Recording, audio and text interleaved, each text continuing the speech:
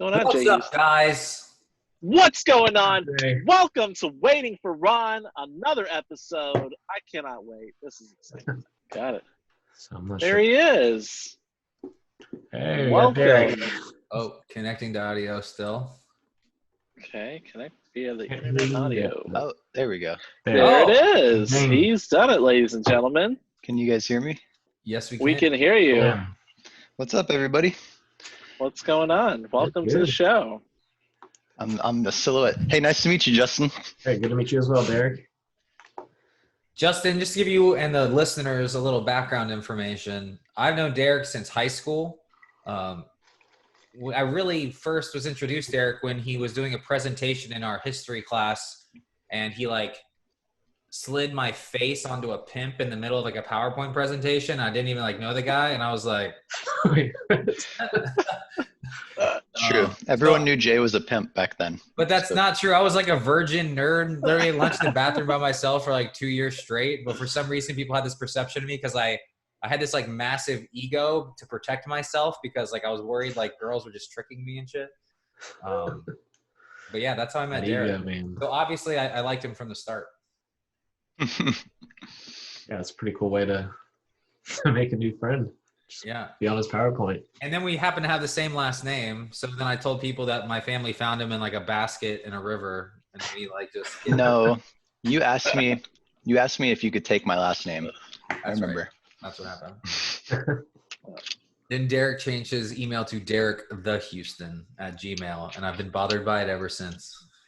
Well played, sir. It's just an incredible email account. He's playing four-dimensional chess. Derek, we were just talking about how you're a core member of Crown X, but you also make a ton of money on the side. Doing Amazon and flipping. You're an expert, and if anyone has any questions about flipping items on Amazon, you are the guy to speak with. Is that accurate? It's semi-accurate. I have my niches. It basically started out as a hobby. Me and my girlfriend like to go to estate sales and yard sales on the weekends.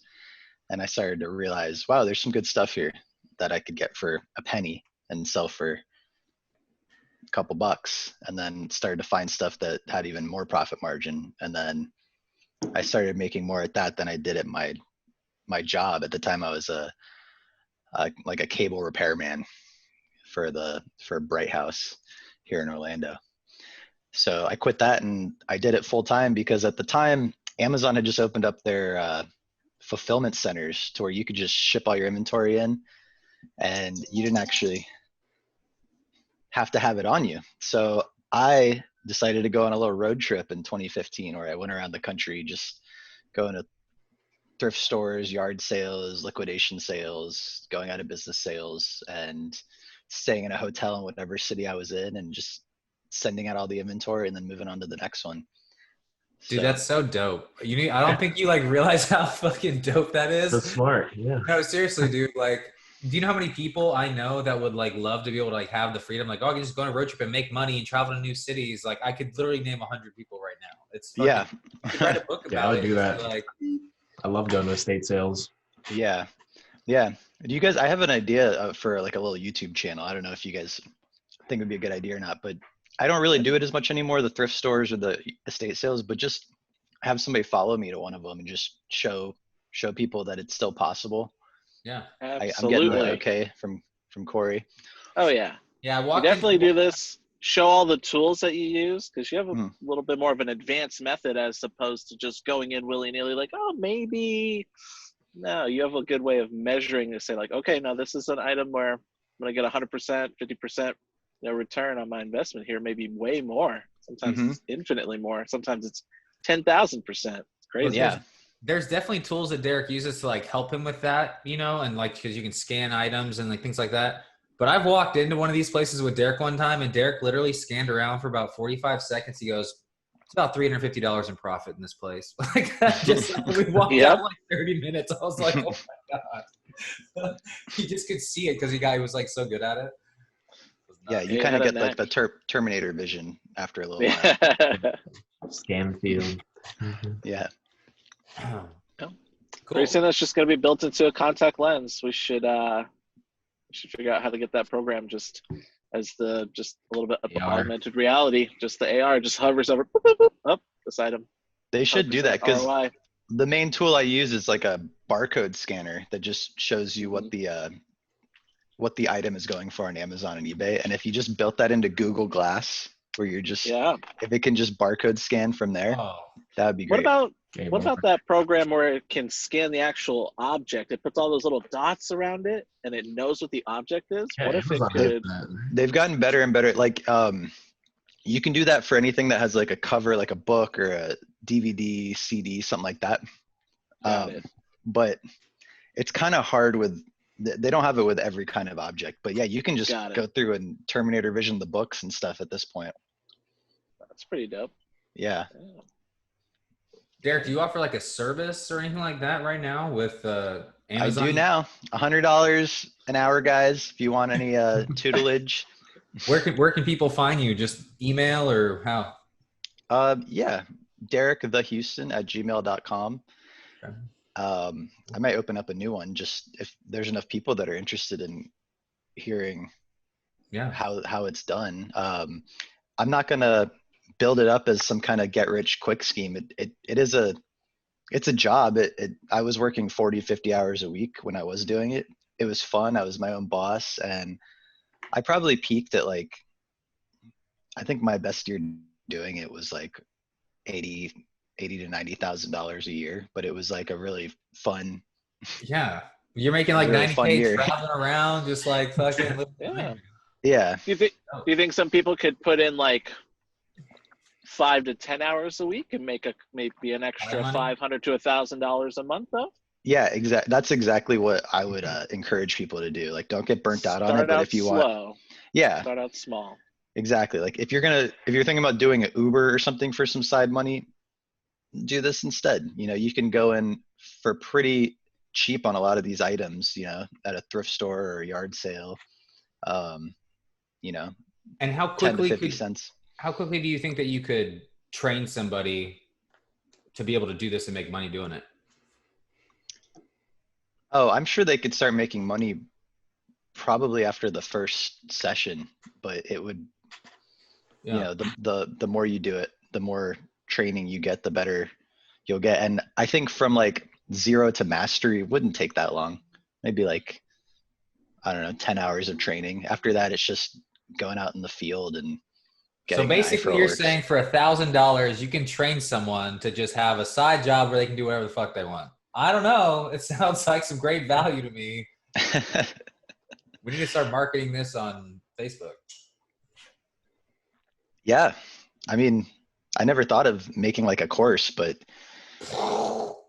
education business hot right now. Yeah. Education business is hot.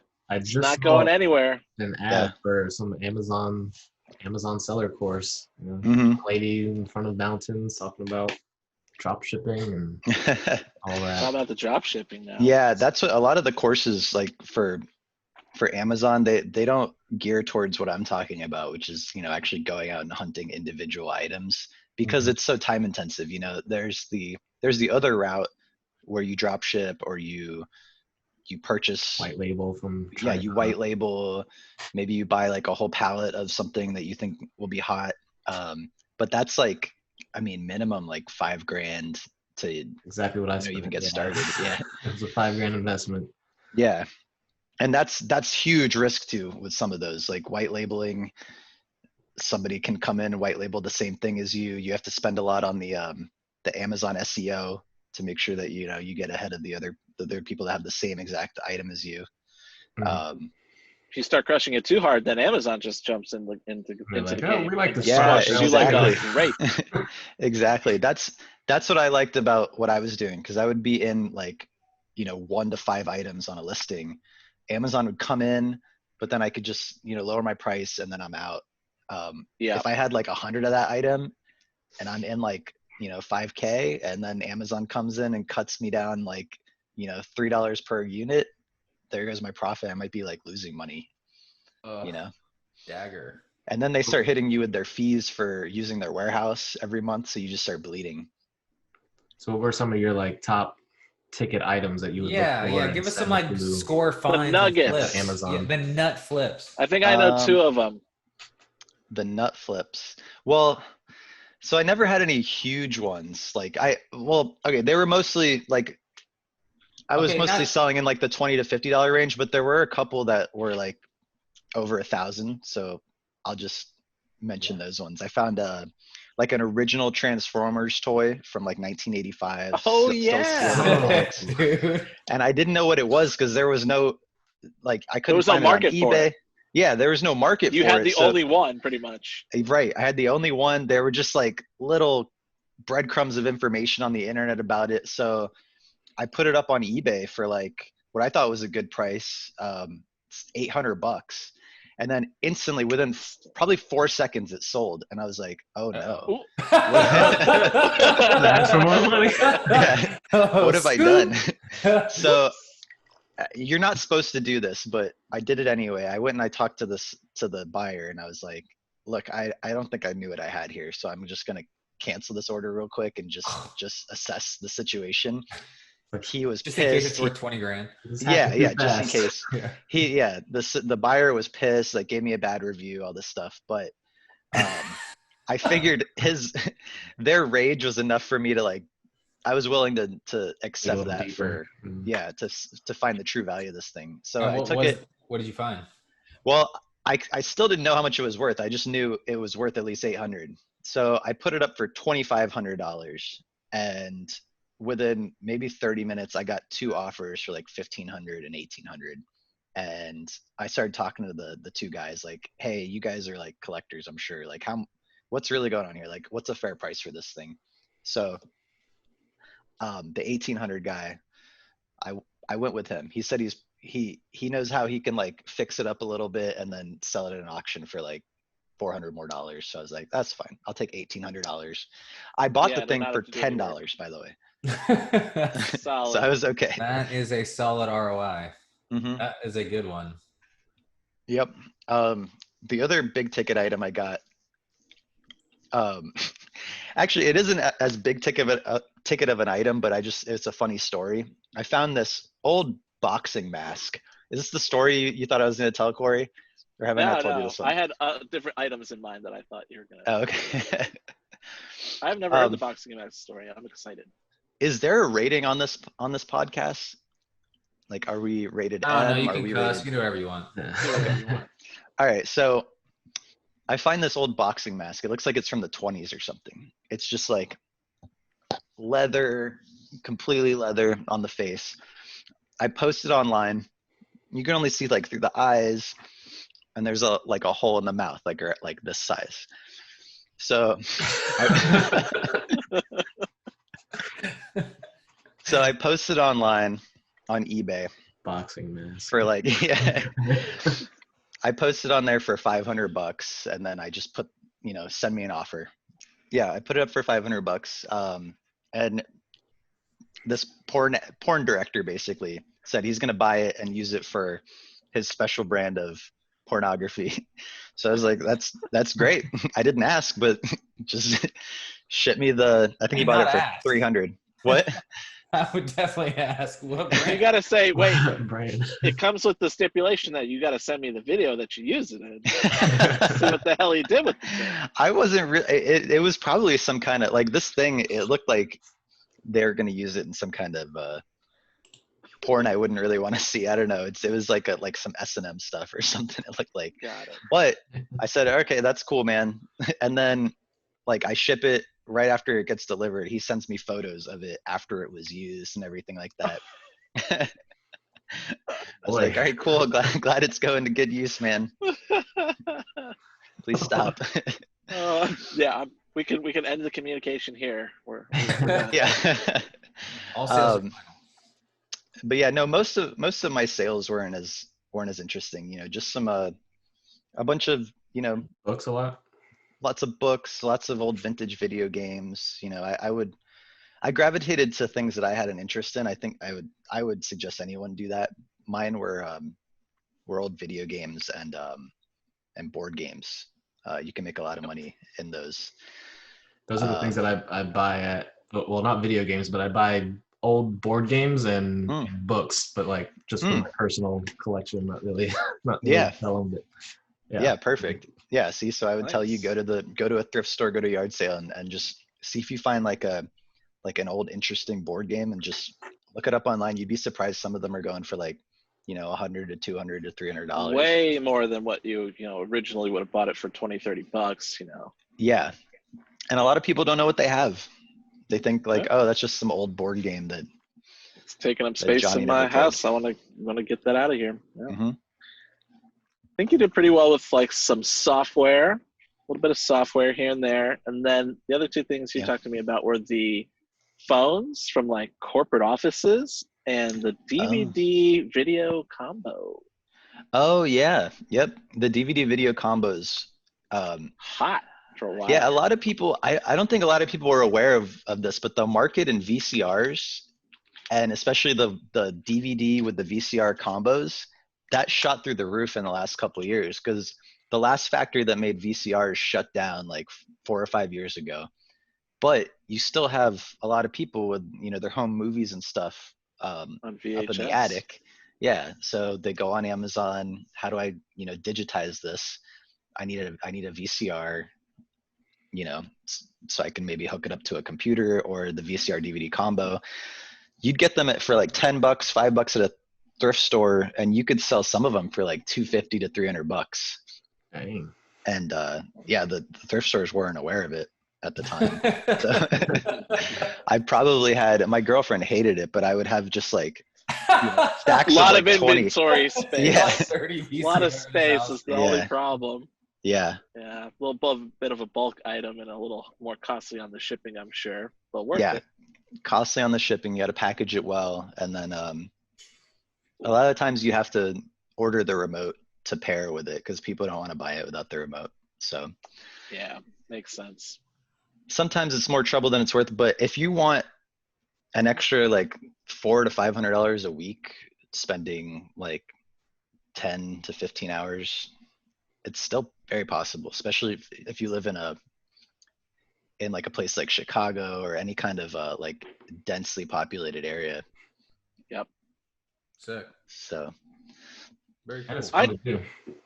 I definitely vote for still putting in.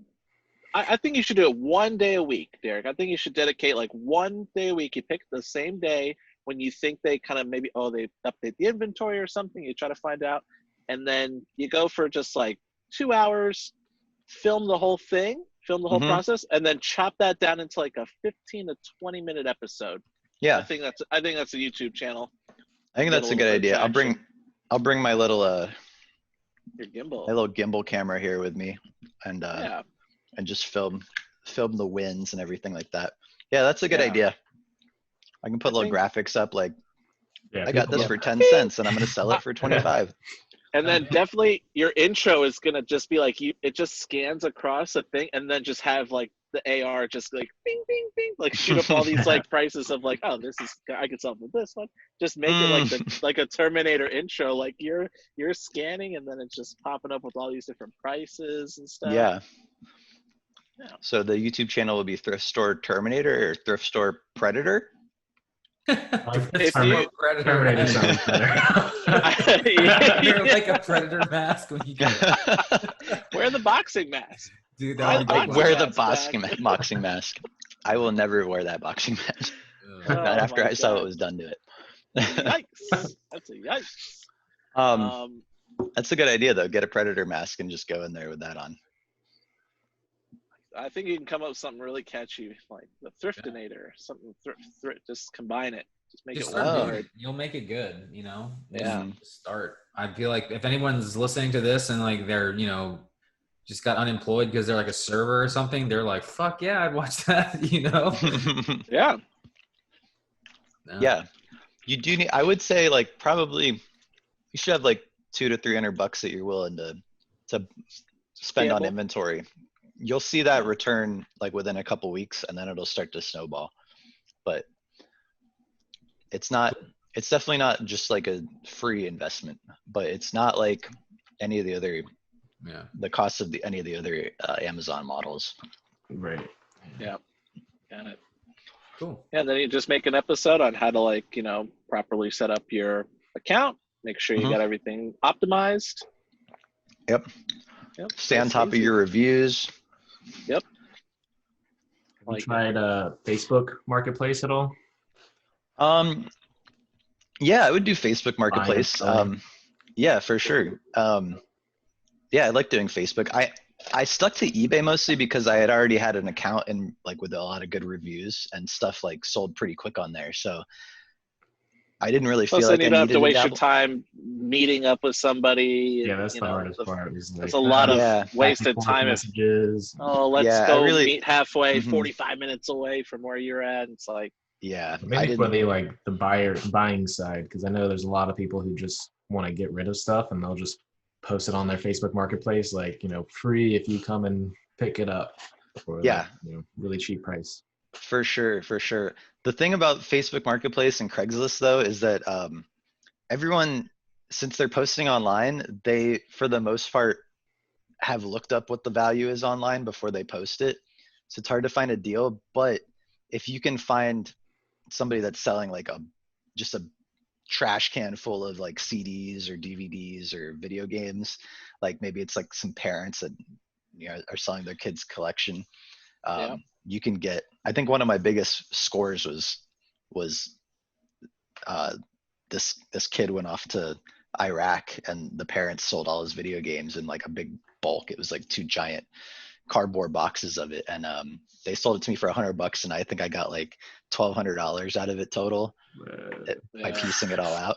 I mean, it was work piecing it all out, but it was fun, you know.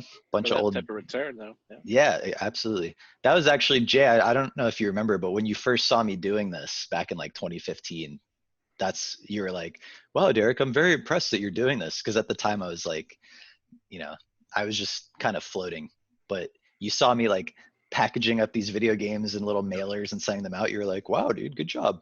Yeah. Dude, the evolution was impressive. Like the last time I witnessed a little bit, you had that cool like label printer and you were just like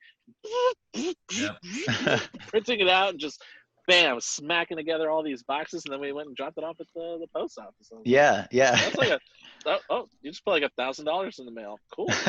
That'll just get back to you in the next 3 months, but it was okay. Yeah. Pretty sweet. I appreciate you and Jay for during my road trip. You guys both let me stay with you for a couple weeks. Jay, you're in Chicago. Fun. Corey, you're in I was in San Fran at the time. Yeah. That was dope. It's cool. You guys like visit your friends on your cross country trip. Yeah. Yeah. Pretty sweet. So you had the total freedom. It was fun. Yeah. Cool. I went from Orlando to New York. I went all the way up to Anchorage, Alaska, and then I went down to Los Angeles to see my sister, and then back to Orlando. So I did the whole continent. Nice. Outlined it. Would you do that again with like a video kind of documentary, like document your trip, your travels, while also, you know, thrifting? That's a great idea. I should do that. Yeah. Yeah, I think you'd want to do it in a different vehicle if you could, though, with something a little more space. An RV would be ideal. RVs. I was looking at some nice RVs, man. Yeah. 2019, 2020 models, or there's something. That would actually.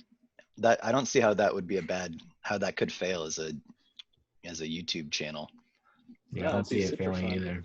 I told my buddy to do that. He's on a road trip right now. He just stopped through a weekend ago, but yeah, I think just documenting that travel, especially right now, you know, things must look weird and times and be great if you could hit up the thrift stores like or you know, any of these sales like right as they open, you know, like the inventory is just like waiting, it's been untouched. Garage sales must be like going through the roof right now. Estate sales probably. It's probably some pretty good stuff out there. Have you had experience with those like storage units that the people didn't pay for, and then, you know, like that show, and then people just Storage Wars. Yeah.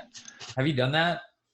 I've gone to a couple of those. I think because Storage Wars made them popular. They're like the couple that I went to had probably 100 people all walking around. Oh my god! And you have to outbid Like you have to outbid all of them.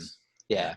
But no, it was interesting. It's not as exciting as the show, that's for sure. Like they'd open the thing up, you get to walk past, like peek inside for like 2 seconds before the next person, is right behind you, moving you out of the way. And if there's ever anything interesting, like a safe in there, the price goes up to like it can go into the thousands. Yeah. It's like an empty safe. Yeah. But even the safe is worth something, Yeah.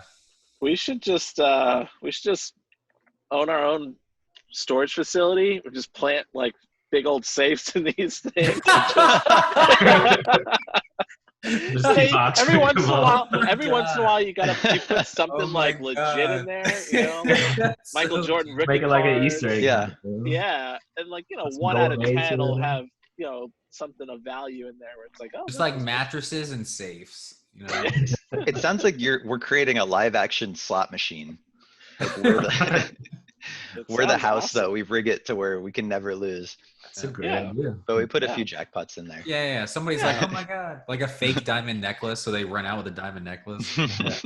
That's the first one. And then the next one. The first one. Then the next 9 are just the full blanks.